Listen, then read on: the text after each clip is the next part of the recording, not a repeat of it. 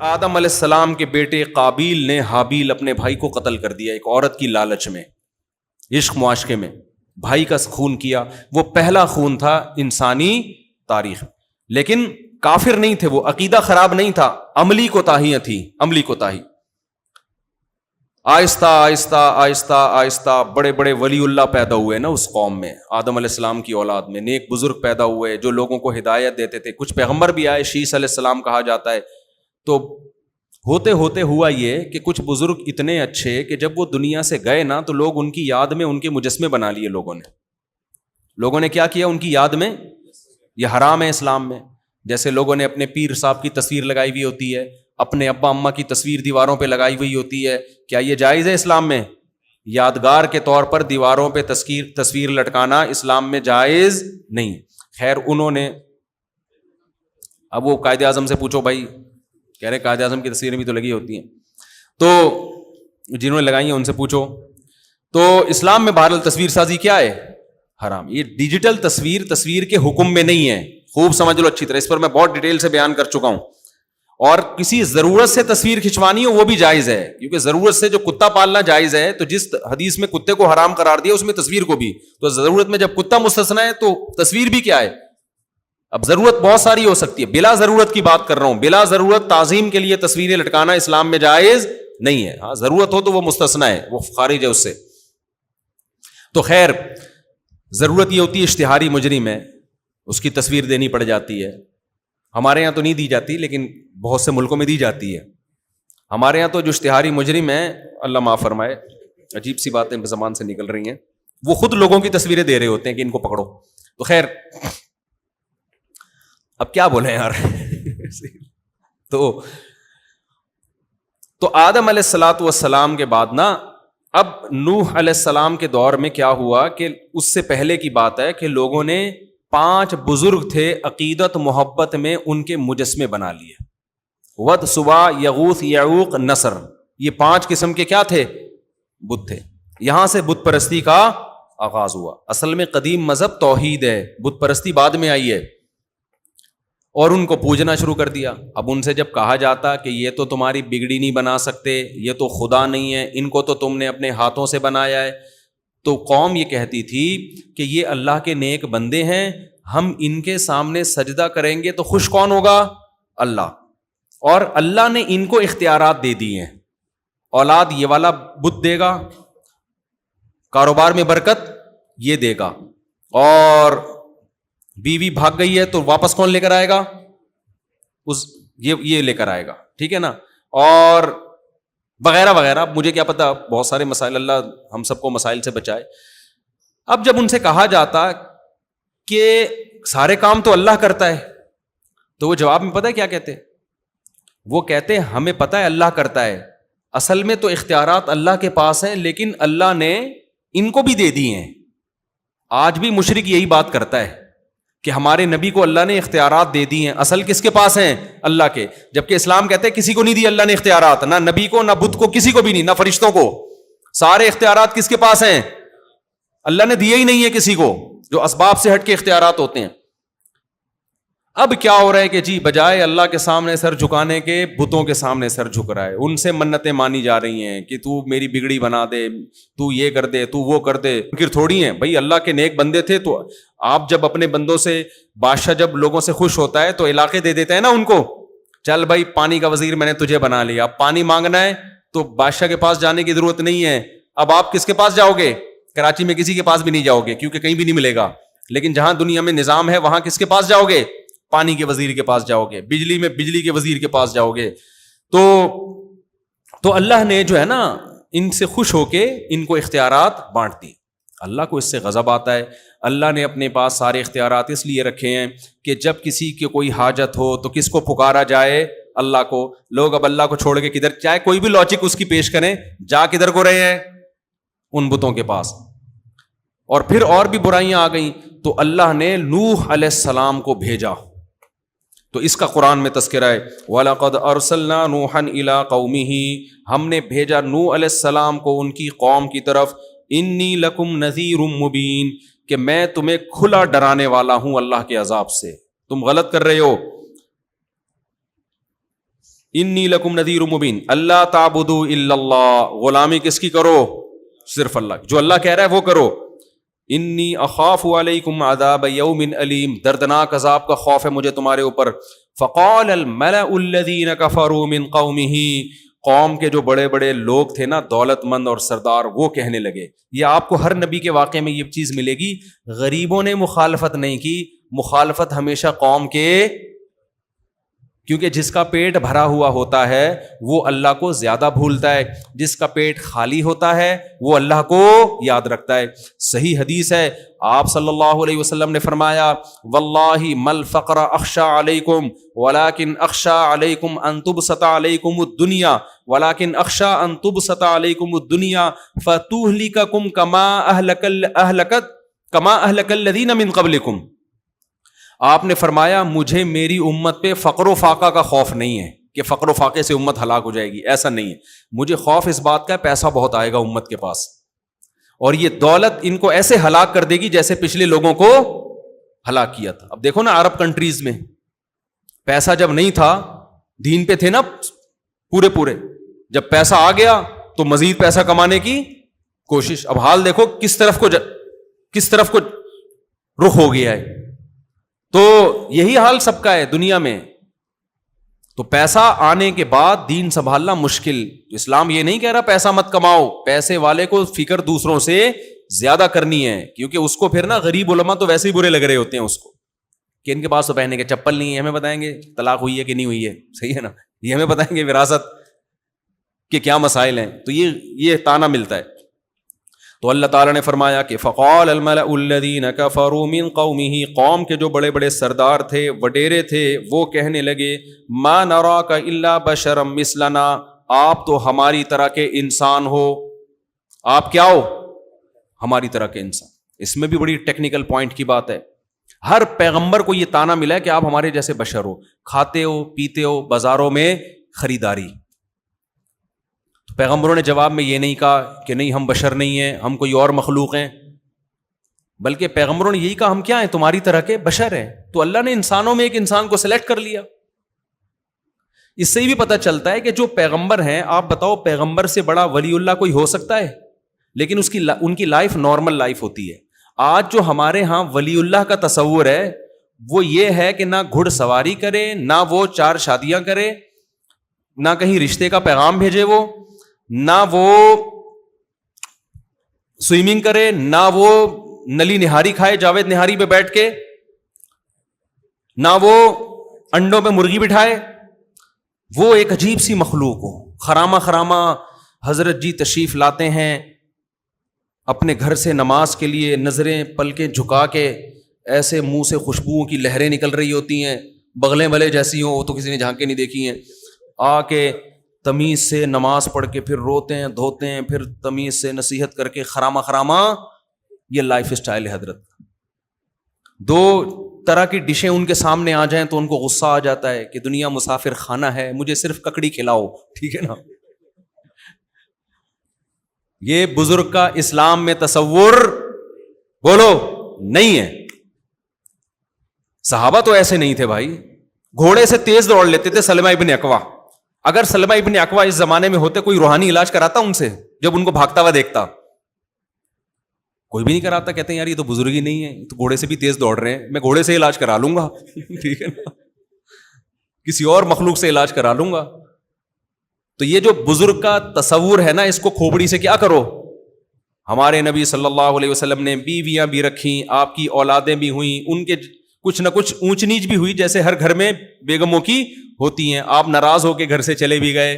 تو natural life یہی ہے. تو بزرگ کا کبھی کبھار گھروں میں جھگڑے بھی ہوتے ہیں. یہ لوگ کہتے ہیں بزرگوں کے گھر میں جھگڑے نہیں ہوتے، وہ بزرگ نہیں ہے، وہ کچھ اور مخلوق ہے، چیک کرو، صحیح ہے نا.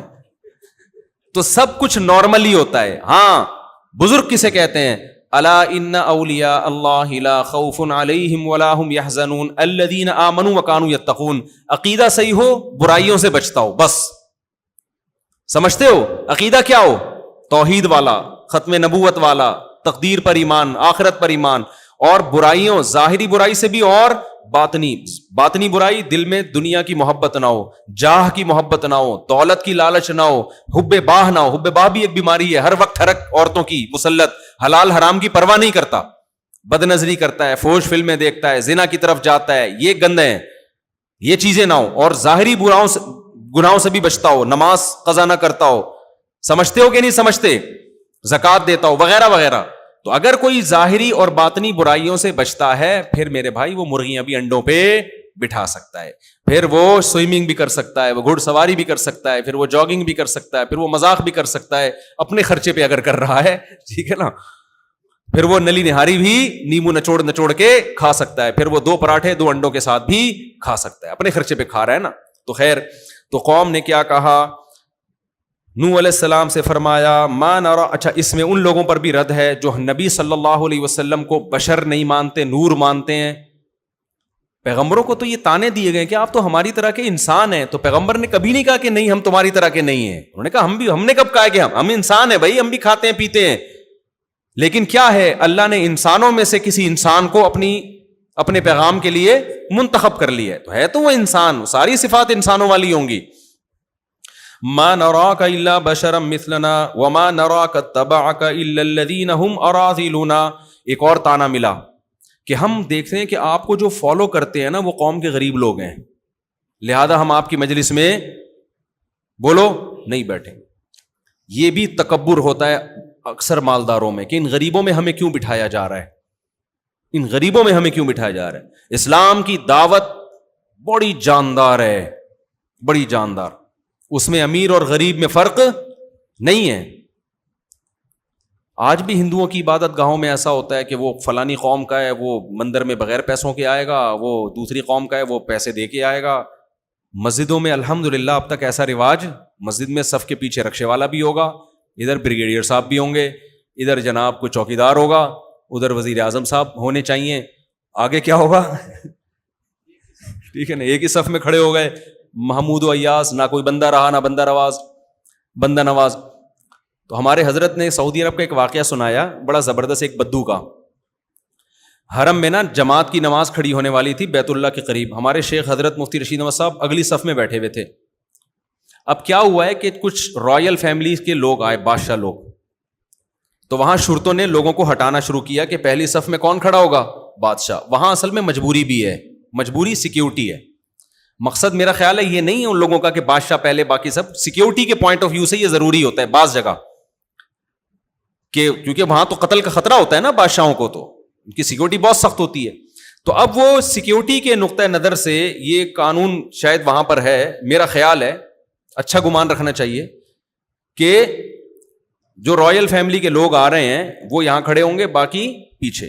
تو ایک عربی بدو کھڑا ہوا تھا, اب اس کو کون سمجھائے کہ یہ سیکیورٹی کی ضرورت ہے. اس بدو کو شرطے نے کہا پیچھے چلا جا.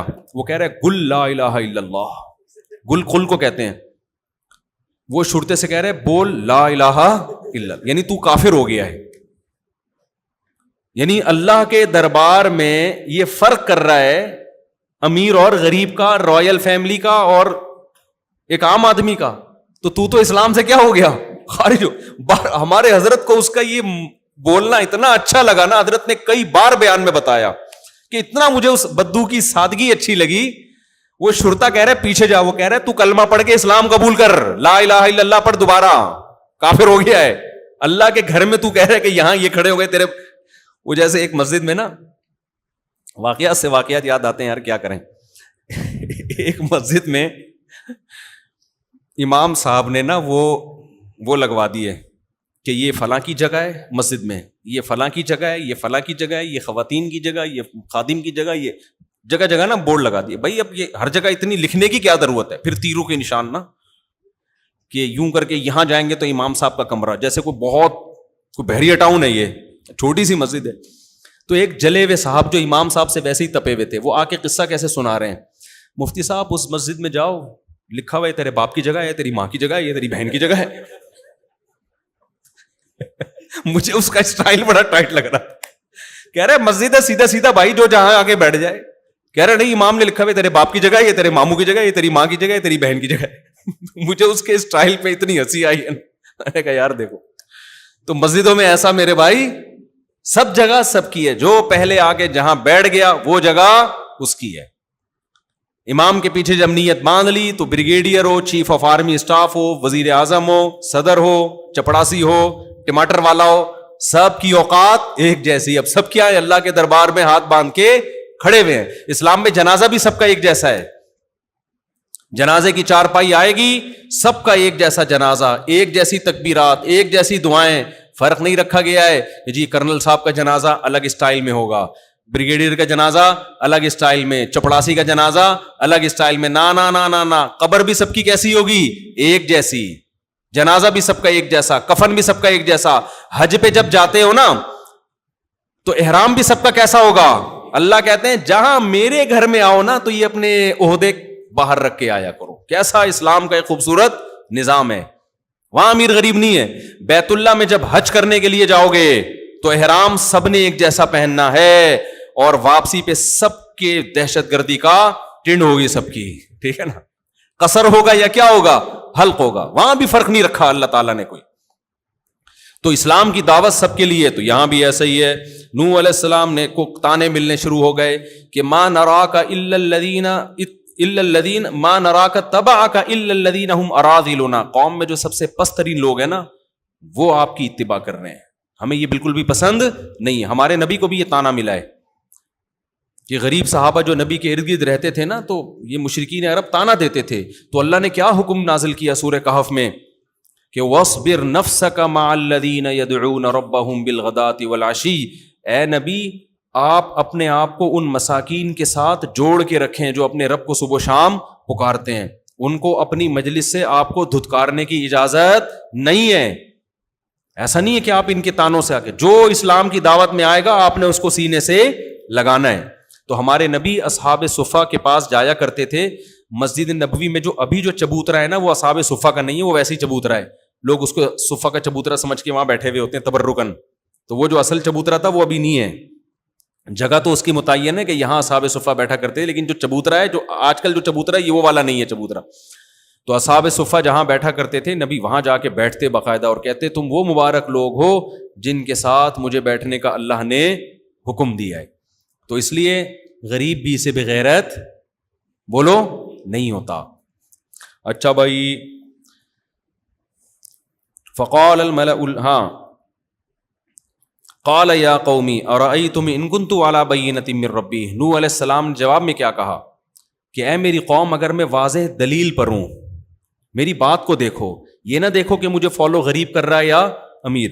میں رب پر وآتانی رحمۃ من عنده فعمیت علیکم انلزمکموها وانتم لها کارہون ویا قوم لا اسألکم علیہ مالا. اے میری قوم اس دعوت پر میں تم سے کوئی پیسوں کا مطالبہ نہیں کرتا, مجھے کیا پڑی ہے. وما انا بطارد الذین آمنوا, اور ان غریبوں کو میں اپنی مجلس سے نہیں دھتکار سکتا. انہم ملاقو ربہم, انہوں نے بھی اپنے رب سے ملاقات کرنی ہے. ویا قومی من ینصرنی من اللہ ان طردتہم, بتاؤ اگر میں ان کو اپنی مجلس سے نکال دوں تو مجھے اللہ کے عذاب سے پھر کون بچائے گا. اللہ کہے گا ہم نے تجھے میرا پیغام لوگوں تک پہنچانے کے لیے بھیجا تھا, تو نے ان غریبوں تک پیغام کیوں نہیں پہنچایا, ان کو اپنی مجلس سے نکالا کیوں. افلا تذکرون, تم نصیحت حاصل کیوں نہیں کرتے. رہا یہ مسئلہ کہ تم مجھے کہتے ہو کہ ہماری طرح کے انسان ہیں, دولت بھی نہیں ہے, تو ولا اقول لکم عندی خزائن اللہ, میں نے تو کبھی بھی نہیں کہا کہ میرے پاس اللہ کے خزانے ہیں. ولا اعلم الغیب, میں نے یہ بھی نہیں کہا کہ میں غیب جانتا ہوں, مجھے نہیں پتا کل کیا ہونے والا ہے, میرے پاس غیب کا علم نہیں ہے. اس سے صاف پتہ چلتا ہے کہ پیغمبر عالم الغیب نہیں ہوتے, نہ میرے پاس غیب کا علم ہے. ولا اقول انی ملک, اور نہ میں یہ کہتا ہوں کہ میں کوئی فرشتہ ہوں, نور ہوں, ایسا بھی نہیں ہے, میں بشر ہوں, کھاتا ہوں, پیتا ہوں. ولا اقول للذین تزدری اعینکم لن یؤتیہم اللہ خیرا, اور جن غریبوں کو تم تانے دے رہے ہو, مشرکین یہ بھی تانے دیا کرتے تھے کہ اصل میں ان کو کوئی عزت دینے والا نہیں ہے, تو یہ آپ کے دربار میں ان کو عزت مل رہی ہے تو اس چکر میں آ رہے ہیں. نیتوں پہ بھی شبہ کرتے تھے. تو نوح علیہ السلام نے کہا کہ اللہ اعلم بما فی انفسہم, ان کے دلوں میں کیا یہ کون جانتا ہے, اللہ, میں دل کا مکلف نہیں ہوں. بعض دفعہ ہوتا ہے نا کہ یار لوگ کہتے ہیں اصل میں ان کو تو سوسائٹی میں کوئی لفٹ ویسا ہی نہیں کرا رہا تھا, تو چونکہ آپ نے اپنی مجلس میں جگہ دے دی, انہوں نے کہا چلو تھوڑی ہمیں یہاں عزت مل رہی ہے, تو ان کی نیتیں ٹھیک نہیں ہیں. تو حضرت نوح علیہ السلام نے کیا کہا کہ ان کے دل میں کیا ہے یہ کون جانتا ہے؟ اللہ. میں ظاہر کا مکلف ہوں, میں دل کا مکلف نہیں. کتنی زبردست تبلیغ ہے ہمارے لیے. آج ہم دل میں گھس رہے ہوتے ہیں اگلے کے, ابے یہ جو کھلا رہا ہے نا غریبوں کو, ابے یہ ہمیں پتا ہے شو مارنے کے لیے. تجھے کیا پتا یار یہ شو مارنے کے لیے یا ترغیب دینے کے لیے؟ جو اچھا کام کر رہا ہوگا نا, دوسری شادی کر رہا ہے, ابے سنت کا لیبل لگایا ہوا ہے, مقصد کچھ اور ہے. بھائی جب پٹے گا تو خود سمجھ میں آ جائے گا اس کا مقصد کیا تھا, برا تھا یا اچھا تھا. جب پٹے گا نا سمجھ میں آئے گا. تو پٹ کے بعد اگر برداشت کر لیا تو اچھا مقصد تھا, برداشت نہیں کیا اس کا مطلب بندہ ٹھیک نہیں تھا. یہ تو اللہ اعلم بما فی انفسہم ولکنی اراکم قوما تجہلون. لیکن اے میری قوم اتنا مجھے پتا ہے کہ تم جہالت کر رہے ہو. ان کے بارے میں نہیں کہہ سکتا کہ ان کی نیت ٹھیک ہے کہ غلط, لیکن تمہارے بارے میں یقینی کہا جا سکتا ہے کہ تم جہالت کر رہے ہو. قرآن کہتا ہے 950 سال کم نہیں ہوتا, دن میں رات میں نوح علیہ السلام پکارتے رہے سمجھاتے رہے, آ جاؤ اللہ کی طرف, چھوڑ دو اس شرک کو, مان لو اس اللہ کی. قوم دنیا پرستی. قوم کے مسائل کیا ہوتے ہیں؟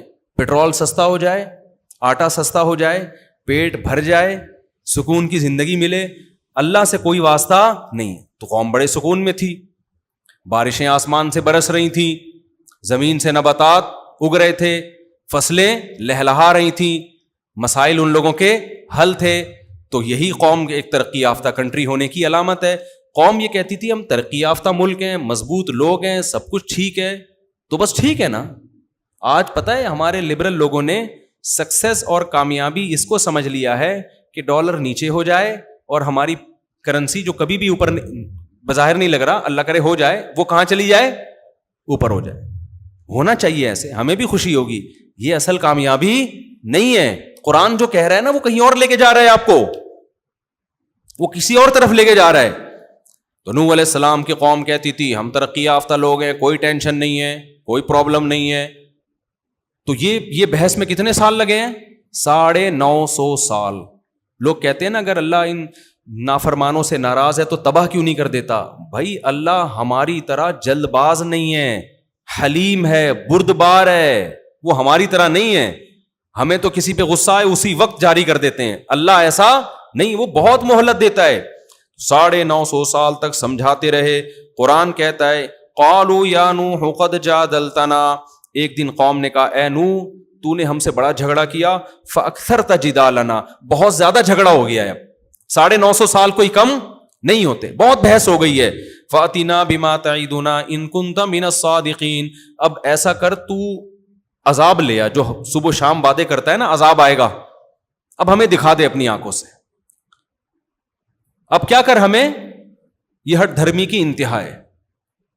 بھائی ایسے ہی چلتے رہتے, وہ گن پوائنٹ پہ تو نہیں تمہیں مسلمان بنا رہے نا, وہ زبردستی تو نہیں سر پھاڑ رہے معاذ اللہ کسی کا. دعوت دینے دو ان کو. جیسے بعض لوگوں کے یہاں تبلیغ والے آتے ہیں, بھائی سن لو 5 منٹ کی بات کریں گے نا, چلے جائیں گے, کوئی زبردستی گھسیٹ کے تھوڑی, وہیں سے غصہ کرنا شروع کر دیتے ہیں. یہ بڑی خطرناک بات ہے کہ آپ دین کی دعوت پہ ہی برگلانا شروع کر دیں. آپ کو بہت, یہ تکبر کی علامت ہے. تو قوم جواب میں کہنے لگی تو نے بہت جھگڑا کیا ہم سے, فاکثرت جدالنا, اب تو عذاب لے آئے. قال انما یاتیکم بہ اللہ ان شاء. نوح علیہ السلام نے کہا مجھے نہیں پتا کب عذاب آئے گا, یہ لائے گا کون؟ اللہ. وہ بھی اس وقت لائے گا جب وہ چاہے گا, نہیں چاہے گا تو دنیا میں کوئی عذاب نہیں آئے گا. آپ دیکھو پیغمبر کے اعصاب کتنے مضبوط ہوتے ہیں. پیغمبر نے جو پہلے دن سے دعویٰ کیا ہوتا ہے نا, آخری دن تک اسی پہ قائم رہتے ہیں کہ میں خدا کا پیغام پہنچا رہا ہوں, میں کوئی عذاب لانے کا میں تھوڑی ذمہ دار ہوں. عذاب کون دے گا؟ اللہ دے گا. اگر وہ چاہے گا تو دے دے گا, تو مجھ سے کیوں کہہ رہے ہو کہ عذاب لیا؟ بار بار اپنی پوزیشن واضح کر رہے ہیں کہ میرا کام پیغام پہنچانا ہے, عذاب کے اختیارات بھی میرے پاس نہیں اور تمہیں نجات دینے کے اختیارات بھی میرے پاس نہیں. پیغمبر کا مقصد مخلوق کو اللہ سے جوڑنا ہے, اپنے آپ سے جوڑنا مقصد نہیں ہوتا. خوب سمجھ لو. آگے اللہ تعالیٰ فرماتے ہیں وَلَا يَنْفَعُكُمْ نُصْحِي إِنَّمَا يَأْتِيكُمْ بِهِ اللَّهُ إِنْ شَاءَ وَمَا أَنْتُمْ بِمُعْجِزِينَ. نوح علیہ السلام نے کہا اللہ اگر چاہے گا تو عذاب لائے گا, لیکن جب آئے گا نا, اگر آ گیا تو یہ مجھے یقین ہے کہ تم اس کو ہرا نہیں سکتے, پھر تم اللہ کے عذاب سے بچ نہیں سکتے. ولا ينفعكم نصحي ان اردت ان انصح لكم, میں نے تمہاری خیر خواہی کی کوشش کی تھی لیکن میری خیر خواہی تمہیں فائدہ نہیں پہنچا رہی. تم سمجھ رہے ہو میں تمہارا دشمن ہوں, حالانکہ میں تمہارا دشمن نہیں ہوں. دیکھو کیسے بے وقوف لوگ تھے, 950 سال میں بھی نوح علیہ السلام کو سمجھ نہیں سکے کہ یہ ہمیں نقصان پہنچانا چاہتے ہیں یا بھلائی. واقعی دنیا میں آج بھی ایسے بے وقوف لوگ موجود ہیں. انسان کو پرکھنا کہ یہ بھی ہر آدمی کا کام نہیں ہے. جو کم ظرف لوگ ہوتے ہیں نا, وہ اپنے خیر خواہ کو بھی غلط نیت سے دیکھتے ہیں. آپ ان کی بھلائی کی بات کرو کہ وہ اس میں بھی کیڑے نکالیں گے, یار اس کا لگتا ہے اپنا مفاد ہے. یہ ہم نے بھی دیکھے ہیں دنیا میں ایسے لوگ. آپ اس کے لیے کر کر کے تھک جاؤ گے, وہ پھر بھی وہم میں رہے گا کہ یار پتہ نہیں اس کا کوئی مفاد تو نہیں ہے. تو ظرف تھوڑا کیا ہونا چاہیے, بڑا. تو کیسے بدبخت لوگ ہیں, 950 سال میں بھی نوح علیہ السلام ان کی سمجھ میں نہیں آئے کہ بھائی یہ اپنا ان کا کچھ بھی نہیں ہے, یہ ہمارے بھلے کی باتیں کر رہے ہیں, ہماری بھلے کی. نہ ان کو حکومت چاہیے نہ ان کو مال چاہیے. نہیں سمجھ میں آئی تو نوح علیہ السلام نے یہی کہا کہ میں نے تو تمہاری بھلائی کا سوچا تھا لیکن میرے سوچنے سے تمہیں کوئی فائدہ نہیں ہوا. آگے نوح علیہ السلام نے فرمایا ہے, ہاں 10 منٹ رہ گئے نا بس. نوح علیہ السلام نے تو 950 سال میں فرمایا تھا جو بھی فرمایا تھا, میں 10 منٹ میں فرما رہا ہوں. وَأُوحِيَ إِلَىٰ نُوحٍ أَنَّهُ لَن يُؤْمِنَ مِن قَوْمِكَ إِلَّا مَن قَدْ آمَنَ. جب یہاں تک نوبت پہنچی ہے, اللہ کہتے ہیں نوح کو وحی کی گئی کہ اب مزید کوئی شخص بھی ایمان نہیں لائے گا. آپ دیکھو اللہ کا بھی ظرف دیکھو. اللہ نے 950 سال تک عذاب کو اس لیے ڈیلے کیا کہ اللہ کو پتا تھا کہ فلاں 500 سال کے بعد ایمان لائے گا, فلاں 600 سال کے بعد لائے گا, فلاں 700 سال کے بعد, جو آج اتنی دشمنی پر ہے لیکن اس میں کچھ نہ کچھ ایمان کی رمق ہے. اللہ کے علم میں تو تھی بات کہ اب مزید کوئی شخص ایمان نہیں لے کر آئے گا. 40 50 یا 80 لوگ جو لانے تھے وہ لے آئے. تو اللہ نے بھی کوشش کی نا انسانوں کو بچانے کی. بھائی ہونا تو یہ چاہیے تھا جو شروع کے 50 سال میں نہیں ایمان لایا, بس 50 سال میں جب بات سمجھ میں نہیں آئی تو ہلاک کر دو سب کو. لیکن اللہ کا حلم کتنا ہے, مہلت دیتے دیتے دیتے دیتے اللہ نے تباہ کرنے کا ارادہ اس وقت کیا جب اللہ کے علم میں یہ بات تھی کہ اب مزید کوئی بھی ایمان نہیں لائے گا. یہ بات اسلام میں بھی ہوئی ہے. نبی صلی اللہ علیہ وسلم نے مشرکین مکہ کے خلاف بد دعائیں شروع کی نا جب انہوں نے ظلم کیا, تو اللہ نے کہا کہ آپ بد دعا نہ کریں, ان میں بہت سے ایسے ہیں جن کو اللہ توبہ کی توفیق دے گا, وہ آپ کے دستے بازو بنیں گے. ابھی تو دشمن ہیں, کل دوست بننے والے ہیں. پھر نبی نے بد دعا کرنا چھوڑ دی ان کے لیے. تو بعض دفعہ ایسا ہوتا ہے کہ بڑا سخت ہوتا ہے لیکن اللہ کے علم میں ہے کہ یہ آ جائے گا اس طرف. تو اب کیا ہوا کہ جب سب مایوسی ہو گئی تو اللہ تعالیٰ فرماتے ہیں جب مایوسی ہو گئی تو پھر نوح علیہ السلام نے خود بد دعا کی کہ اے اللہ اگر ان میں کوئی بھی ایمان نہیں لے کر آئے گا اب اس کا فائدہ کیا, اس کا نقصان کیا ان کو زندہ رکھنے کا. 2 نقصان ہیں. نمبر 1 جو ایمان لانے والے لوگ ہیں نا یہ ان کو بھی ورغلائیں گے, یہ لوگ ان کے بھی پھسلنے کا اندیشہ ہے. نمبر 2 ولا یریدو الا فاجرا کفارا, ان کے جو اولادیں ہوں گی وہ بھی انہی جیسے کافر پیدا ہوں گے, جہنم کی آگ میں جانے کے لیے پیدا ہوں گے. ان پر بھی رحم کا تقاضا یہ کہ ان کی نسل کو یہیں پر ختم کر دے. تو پیغمبر کا بھی حوصلہ ہے, برداشت ہے, بد دعا نہیں کر رہے 950 سال میں کی بھی اس وقت ہے کہ جب 2 آپشن آ گئے, بھائی یا تو ان کو تباہ کر دیا جائے یا اپنے ایمان والوں کو آزمائش میں ڈال دیا جائے. تو پہلے تو اپنے ایمان والوں کو بچانا ہے نا, ان کے بچانے کے لیے ان کا برباد ہونا ضروری تھا. اس سے پتہ چلتا ہے کہ 2 بڑی مصیبتوں میں سے ہمیشہ چھوٹی مصیبت کو اختیار کر لینا چاہیے تاکہ بڑی مصیبت سے حفاظت ہو جائے. آج بہت سے لوگ اتنے میٹھے بن جاتے ہیں کسی کے خلاف کچھ کرنا ہی نہیں ہے. بھائی کچھ نہ کر کے اس سے بڑا آپ کے خلاف ہو رہا ہوتا ہے پھر, ٹھیک ہے نا.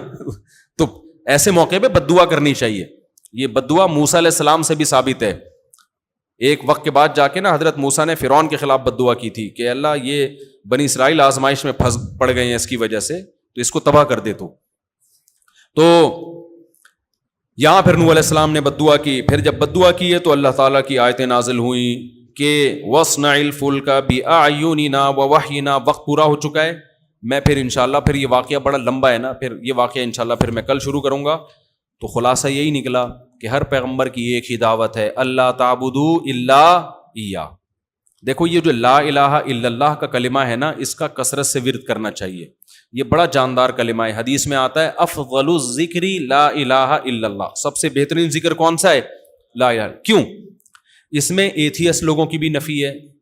جو ایتھیس لوگ ہیں وہ کہتے ہیں کوئی کریٹر ہے ہی نہیں. جب آپ نے کہہ دیا اللہ کے سوا کوئی معبود نہیں ہے تو آپ نے کریٹر کو مان لیا نا آپ نے, تو ان کی بھی نفی ہو گئی کہ نہیں ہم خدا کو مانتے ہیں. پھر بہت سے لوگ جو خدا کو مانتے ہیں وہ کہتے ہیں اللہ نہیں ہے کوئی اور ہے. وہ کہتے ہیں خدا ہے مگر اس کا نام اللہ نہیں ہے. ہم کہتے ہیں پھر کون ہے بھائی؟ وہ کہتے ہیں پتہ نہیں کون ہے, بس ہے اللہ تو نہیں ہے. ہم کہتے ہیں بھائی وہ خدا جو اپنا تعارف کروا رہا ہو, جو احکام دے رہا ہو, وہ تو اللہ ہی ہے. اس نے اپنا نام کیا بتایا؟ اللہ. اس کے علاوہ کوئی اور ہے تو مارکیٹ میں آئے نا, وہ گونگا بہرا کیوں ہے؟ تو ہم اس خدا کو مانیں گے جو بولتا ہے, احکام دیتا ہے, اس کا نام اللہ ہی ہے. تمہارا والا پتہ نہیں کدھر بیٹھا ہوا ہے.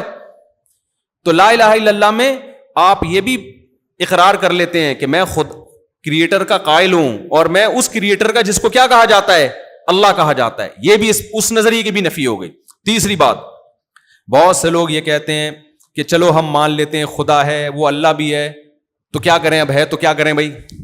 بس ہے وہ, اس کو بندوں سے کیا غرض ہے؟ ہم اپنی لائف گزاریں گے, لائف کو انجوائے کریں گے, ہم اس کی بات کیوں مانیں؟ اس کو کیا اس سے کہ کوئی میری مان کے چلے یا نہ مان کے چلے, وہ کیوں جنت جہنم میں بھیجے گا؟